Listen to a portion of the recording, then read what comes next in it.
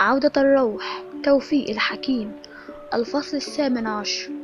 يا للعجب، مضى أسبوع كامل ولم يبدي لسنية أثر في الشرفة الخشبية. ترى ماذا حل بها؟ أمريضة؟ أهي قد نفرت بتاتا وانقطعت إلى الأبد بعد تلك الابتسامة الملعونة؟ هذا ما كان مصطفى اليائس يناجي به نفسه في القهوة بعد مداومة الترقب والانتظار أسبوعا كاملا على غير طائل. صحيح، تجنبت سنية الشرفة طول هذه المدة، ولكن لا لأنها مريضة ولا لأنها نفرت بتاتا، بل لأن كلام والدها وما جاء بالخطاب الغفل أثرا في نفسها. لقد ساءها أن تدخل القلق على أبيها المتقاعد المطمئن، وأن تجعل هذا الشيخ العسكري في أواخر أيامه يحسب أن ابنته لم تحافظ على شرفه. كل هذا من أجل ابتسامة رجل. وتأملت أمرها طويلا، فزي تذكر أن هذا الرجل لا تربطها به صلة، ولا تدري شيئا عن دخيل قلبه ولا عن خلقه، بل إنها لا تعرف من هو وما يصنع. إنه أجنبي عنها تماما، فلماذا تتجشم كل هذا من أجله؟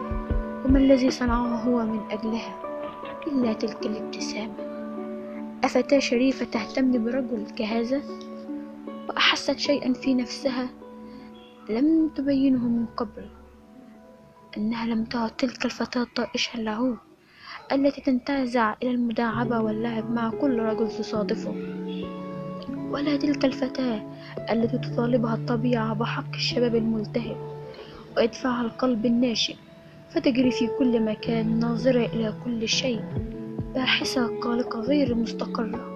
لا، إن سنية الآن تخطت هذا الطور وانتهت من القلق إلى العقيدة، عقيدة المرأة في الغرض من الحياة. أدركت بوعيها لماذا تحيا المرأة وبماذا تحيا. إن تربية سنية وثقافتها لا تزيد على تربية وثقافة زميلتها المتخرجات معها في نفس مدرسة البنات، وقد تكون مطالعتها للقصص أفادتها بعض الفائدة في إنماء مداركها وتجاربها النظرية، غير أن العقيدة لا تكتسب بالمطالعة وحدها، بل بالتجربة والإحساس المباشر. ولقد قرأت سنية كثيرا عن الشرف والفضيلة، فلم ينزغ أمام بصيرتها معناهما إلا اليوم، فإذ بوعيها يهتف لها بتلك الحقيقة. ليست الفضيلة عند المرأة ألا تحب أبدا، بل الفضيلة أن تحب حبا ساميا، رجلا سامي القلب والأخلاق. ولكن هل مصطفى رجل سامي القلب والأخلاق؟ هذه هي المسألة، وهذا موضوع شكوكها الحاضرة، وما حملها على الابتعاد عن رجل تشك في أمره ولا تدري عنه إلا أنه ابتسم لها. وكهذا تجنبت في الحقيقة الشرفة، وانعكست أغلب وقتها تتأمل وتفكر وحيدة في حجرتها، وكثيرا ما كانت الدموع تخفف عنها وتمدها بالسلوى الوحيد. إنها كانت تبكي لأنها لا تستطيع أن تجيب عن سؤالها المتشكك، ولا تريد أن تبرز له أو أن تستعمل تلك الأساليب الحمقى والدعابات والإشارات السخيفة، لأن ما أدركته اليوم من حقيقة قلبها يرفعها عن كل هذه الأشياء وجعلها لا ترى شيئا خليقا بنبل عواطفها غير العزلة والدموع. للمرة الثالثة أقسم مصطفى أن يهجر القهوة إلى الأبد، إذ هو لم يرى سنية وهو قد أشرف على أسبوع جديد. فهل يبرر بقسمه أو ينحس فيه كسابقه ويمد الأجل أسبوعا آخر؟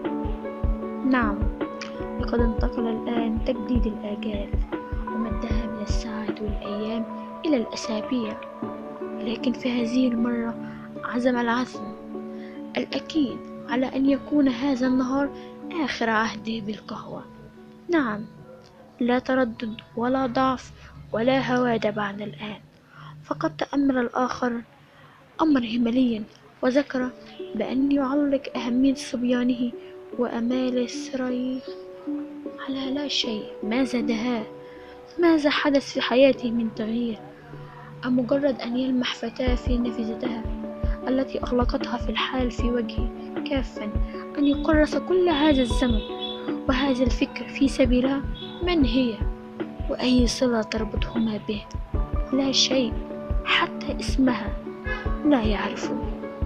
إن شعورهما نحوه قد ظهر، إنها لم تلتفت إليه قط، ولا ترى فيه إلا رجلا وقحا من أهل هذه القهوة الحقيرة.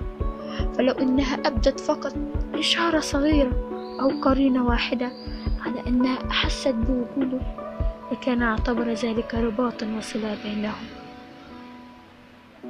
بل لكان عهدي وميثاقا. ولكن ماذا يقول لنفسي الآن؟ وماذا يطمئن قلبه القلق؟ وقد انقطعت بعد غلق الشرفة الخشبية كل صلة، حتى صلة الهواء الذي ظن أنهما يستنشقان معا. فلا شيء إذن يعلق أملا عليه. ثم من يدريه، لعلها برغم جمالها من طراز أولئك الفتيات البلهى التي لا يعرفن من شؤون العاطفة العميقة شيئا، فمن أين عرف أن لها قلبا، وأنهما يستطيعان أن يفهما، وأن تستطيع هي أن تفهمه؟ وانتهت به التأملات والشكوك